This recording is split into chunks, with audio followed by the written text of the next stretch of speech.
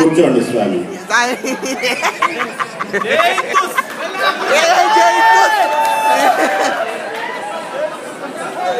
వీరి పేరు శాంతానంద స్వామి.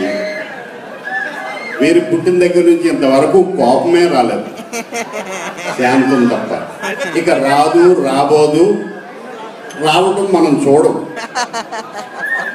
అంత అద్భుతమైనటువంటి శాంతానంద స్వామి గారిని ఈరోజు వారు చెప్పే నగ్న సత్యాలు విని ఆ సత్యాన్ని మనం జీర్ణింపజేసుకు మన జీవితాన్ని మలుచుకొని సుందరంగా తీర్చిదిద్దుకుందాం. వీరిని ఇప్పుడు ప్రత్యేకంగా నాకు తెలుసున్న పరిజ్ఞానంతో ఇంటర్వ్యూ చేయాలని అనుకుంటున్నాను. చూద్దాం. నమస్తే.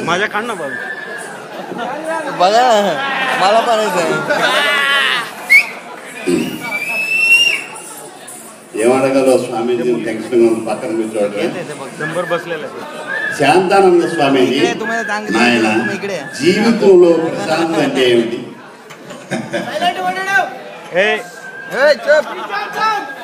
పెళ్ళాము పెళ్ళి అని లేకపోవడమే జీవితంలో ప్రశాంతత.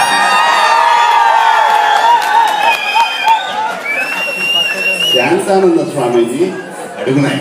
పెళ్లి పెళ్ళా ఉండి కూడా శాంతంగా ప్రశాంతంగా ఉండాలంటే ఏం చేయాలి?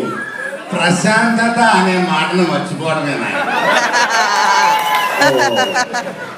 భార్యాభర్తలు అన్యోన్యంగా కలిసిమెలిసి ఉండాలంటే ఏం చేయాలి స్వామీజీ?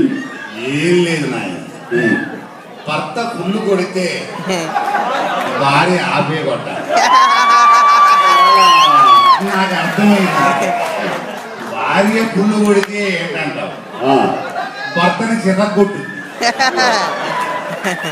స్వామి శాంతానంద, ఈ జమాములో ఎవరో మందు ఇలాంటివి తాగరు కదా, ఎందుకై చెప్తారు? అయినా కానీ మీరు భార్యాభర్తల్ని మందు కొట్టద్దు అని చెప్పొచ్చుగా? నేనా నాయన? ఆ మాట చెప్తే అందరూ నన్ను కొడతారు. దాని తర్వాత అండి మళ్ళీ మందు కొడతారు. అయితే స్వామి, నా డౌట్, ఒక అబ్బాయి ఒక అమ్మాయిని ప్రేమిస్తున్నప్పుడు చాలా ఆనందంగా ఉంటాడు. అదే అమ్మాయిని పెళ్లి చేసుకుంటే ఏడుస్తాడు. ప్రేమించిన అమ్మాయి పెళ్లి చేసుకొని వేరే వాడిని పెళ్లి చేసుకొని వెళితే ఒక బకరాగాడు దొరికాడు అనుకుంటాడు వీడు. అదే ప్రేమించిన అమ్మాయి వీడు చేసుకున్నాడు అనుకో, ఆ బకరా